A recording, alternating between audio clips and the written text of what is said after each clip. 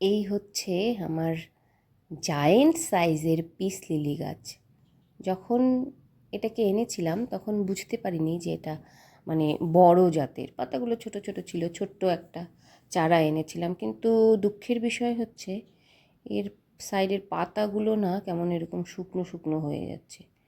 কিছু মেডিসিন দিতে হবে, কিছু ওষুধ তো নিশ্চয়ই আছে এই পাতা যে শুকিয়ে যাচ্ছে সেটা রোধ করার জন্য। তবে দেখতে বেশ ভালো লাগে। ভিডিওতে অতটাও বোঝা যাচ্ছে না, কিন্তু সামনে থেকে দেখলে বোঝা যায় যে মানে পাতাগুলো কত বড় বড়, আর ফুলটাও হয়েছে বেশ সুন্দর। পিস লিলি এটা একটা ইনডোর প্লান্ট, এয়ার পিউরিফায়ারের কাজ করে।